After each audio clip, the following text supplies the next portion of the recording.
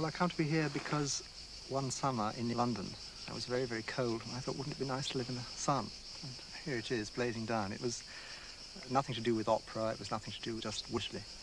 And the whole of my coming here was chance, really, and it was chance that brought me to this building, and that was what sparked off an opera. It sparked off an opera festival. It's entirely something which just happened. It wasn't, nothing was premeditated at all.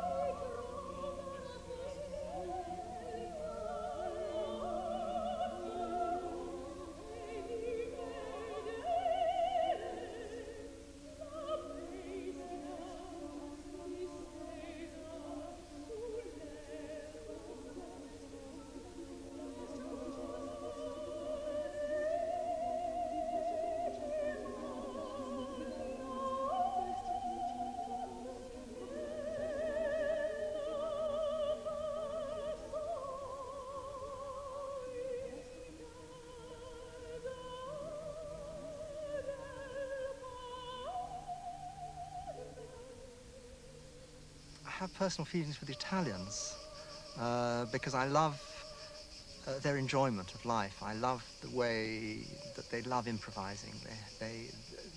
They're never afraid of trying anything, tackling anything. Let's do it, let's see what happens. I mean, they do have another side, which is this frightful bureaucracy which grinds you into the ground and all those other things. But I think the very fact that Musica Chiostro is here is due to that sort of spirit of, oh, well, why not? Let's do it, let's see what happens. It'll be fun. They have that enormous enjoyment. No puritanical duds or anything like that.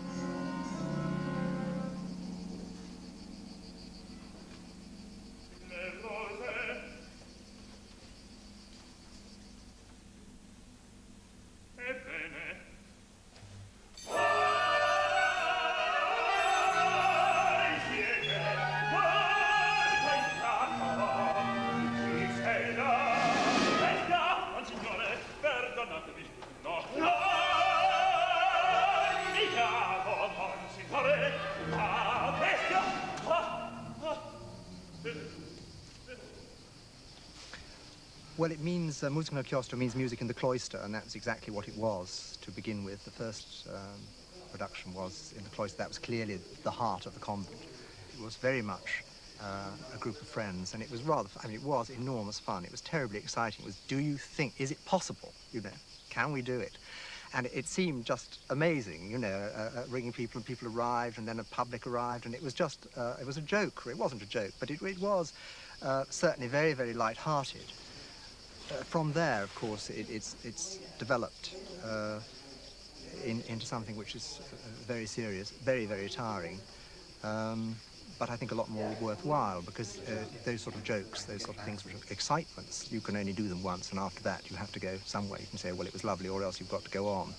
And I mean, that's something which I found that it has a sort of impetus of its own.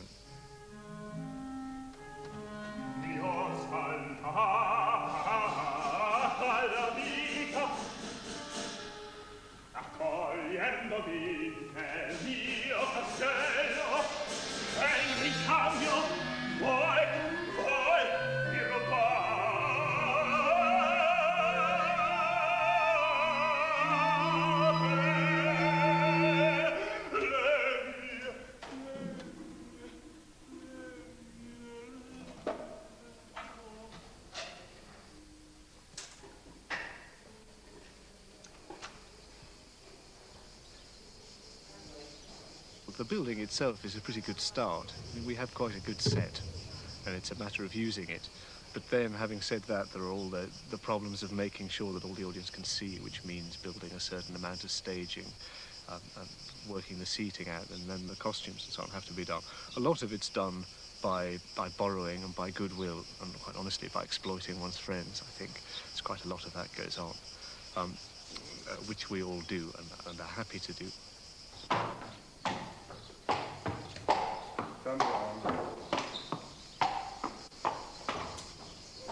And the rest of it is done by sheer initiative on all the people here, who work incredibly hard, not only at doing the job, but on rushing around fields, finding broken down doors, taking the occasional door off a hinge perhaps, on recycling firewood into staircases. I mean, I think if you looked underneath the decorative foliage, most people's hearts would sink at what they were sitting on.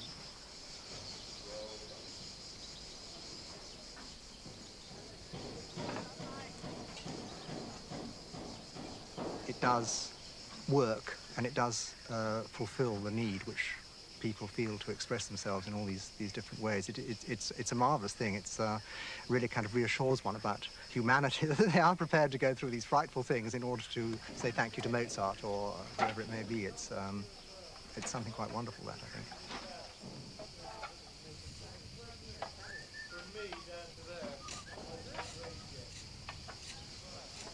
It does make a feeling of real, a real ensemble in a way which is, in opera particularly, is not very usual. Adam, by some process of osmosis, manages to get an excellent cast and a wonderful company free.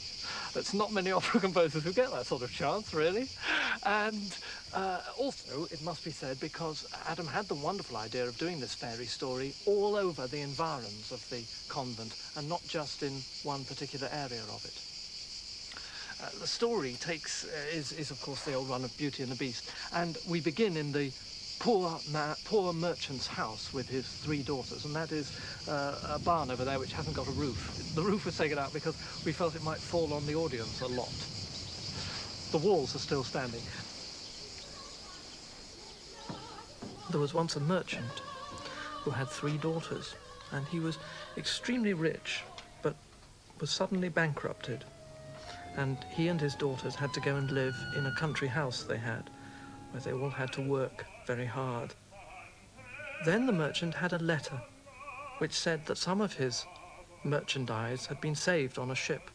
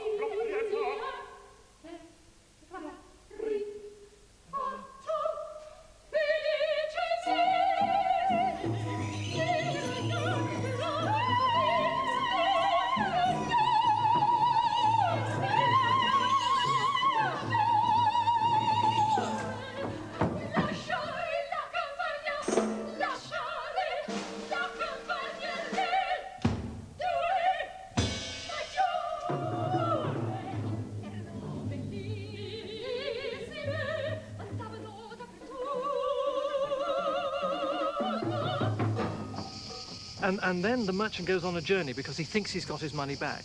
And he goes up through the olive grove and meets a clarinetist who is a lawyer, as all clarinetists are. And he discovers he's actually lost all his money. You can just probably see the white lamps that light the audience on their way.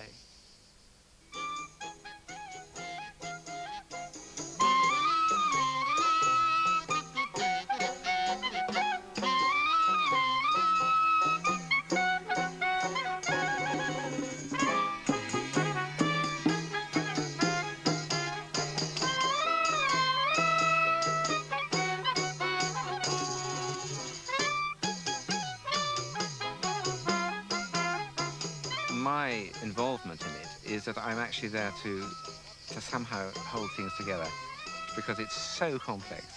The whole business, the whole music, and the fact that, you know, we move around from place to place.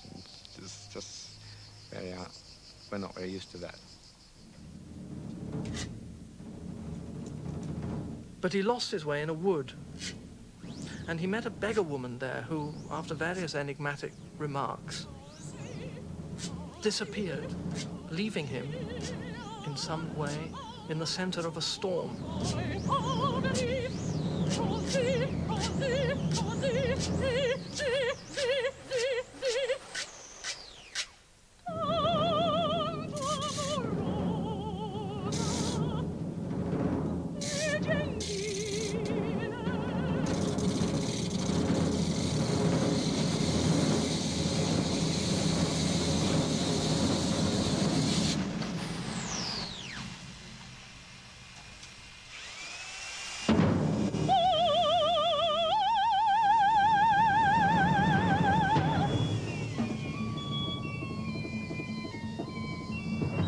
very attracted to making music and performing opera in places where it isn't necessarily very easy to do so, or it certainly wasn't ever built for that purpose. But I find that in a wider sense, making music in places where, like in people's drawing rooms, I find this, it's just very unexpected. It gives me a lift anyway, to be able to do it. And I know that the audience find it something different, something unusual. It's a much more intense experience.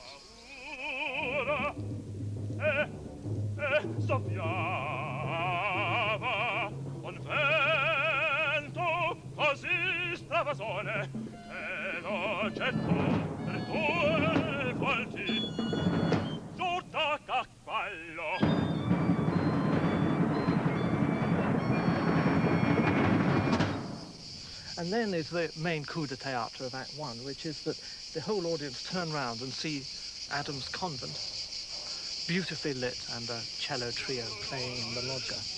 And that is, of course, the Beast's castle.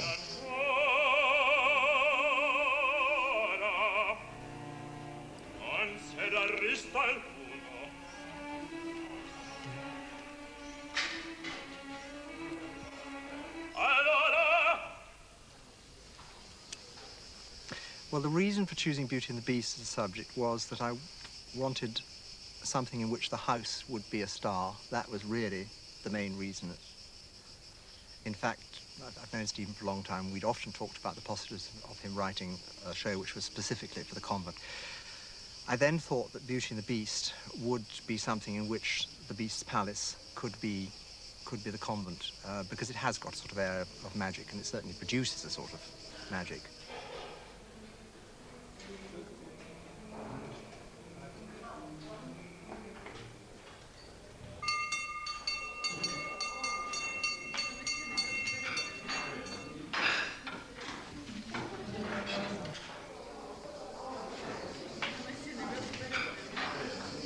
I enjoy the process of living and working here with in an intimate relationship with the people I'm working with. I find that because the way that I tend to work with actors anyway is on a very intimate, personal level, that actually living with them, sharing time with them, going to the beach with them, eating with them, is a help in that process, and that I can, in a way, achieve things here more quickly than I can in, say, London, where everybody's on the underground, going home, doing other things.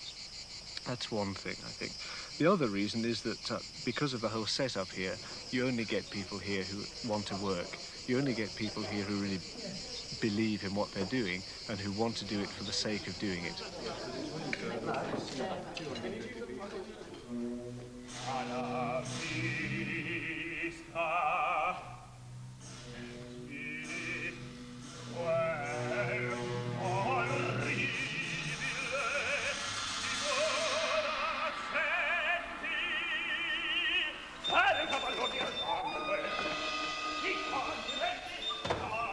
After the merchant took the rose, the Beast said that either you or your daughter must die for this crime.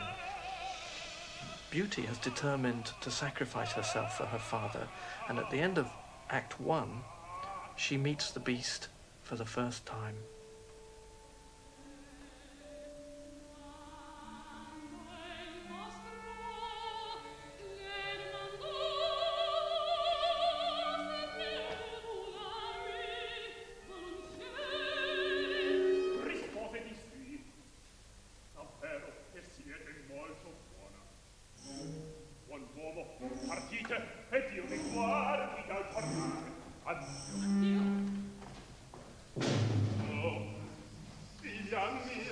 I thought of all sorts of angles on the story, and then I kept reading it again and thought, well, no, the wonderful thing about this story is that its purity and nobility of purposes will only be represented if you actually just set the story. So what I did was take the old 18th century French text, which by sheer good luck happened to be translated into Italian by Collodi, who was the man who invented Pinocchio.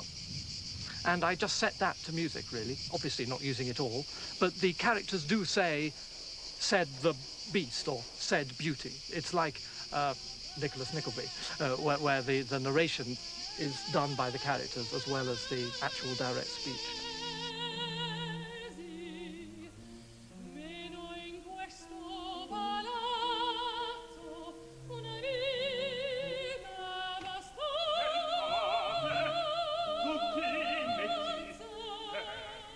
At the beginning of Act 2, Beauty has been living at the Beast's castle for some time. The Beast is quite an easy character to write. After all, you only have to look in your own heart to find a beast.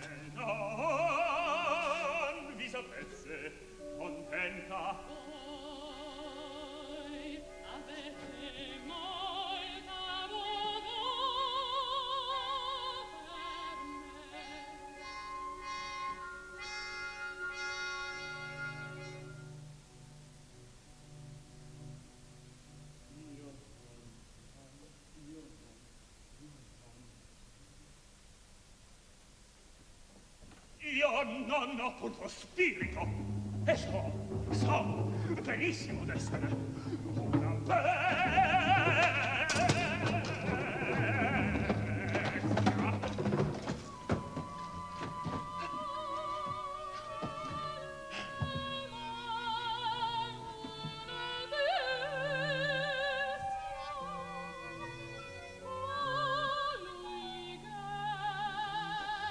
The problem for Beauty is that she has a very strict code of honour for herself, but she doesn't let that apply to other people. What the Beast teaches her is that other people are suffering beings too. I think it's very difficult for all of us who have, any sort of standards or behave in any way, really, to notice how much they affect and alter the lives of other people. It's a thing which people like me who have no influence on other people's lives, it doesn't matter how we behave really, but I always think that matrons of hospitals or doctors or policemen all have a terrible duty that way, to worry about how they affect other people's lives.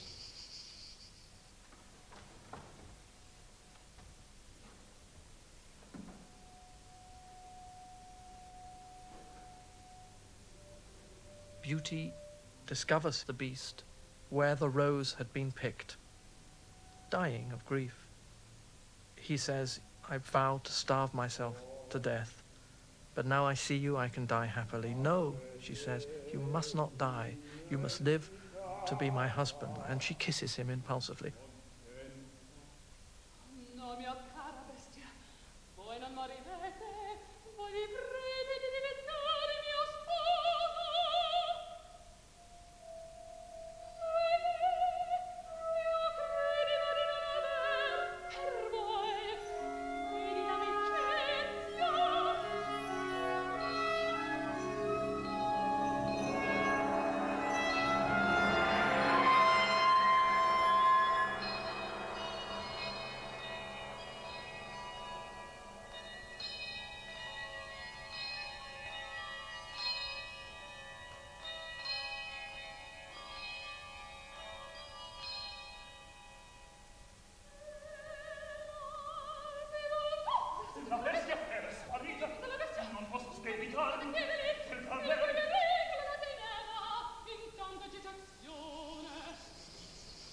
And I left it rather oddly that perhaps Beauty doesn't quite feel easy with the prince. But the director said something very good to me, Graham Vick. He said, "Well, no, that's copping out, that's being modern. The point about fairy stories is that they have to be simply and accurately told.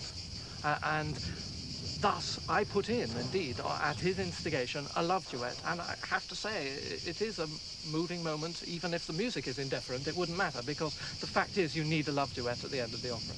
There's no two words about that.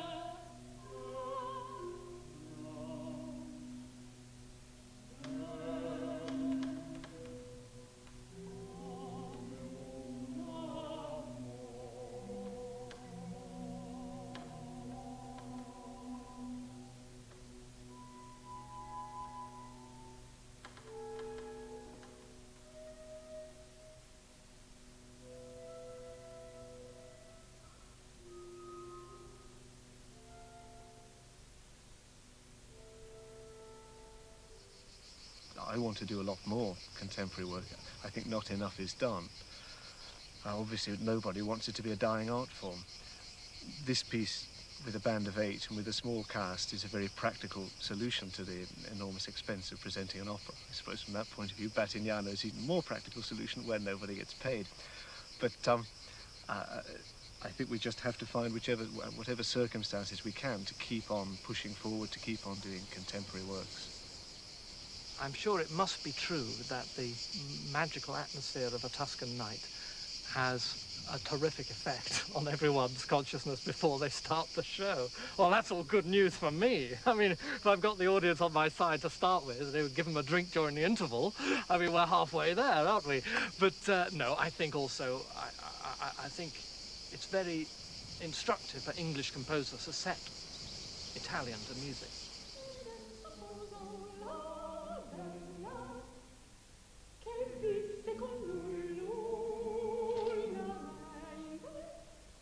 And in Italy, in Batignano, you don't have any pressures except for those of the work itself. It's wonderful for a composer that the work can take over like that.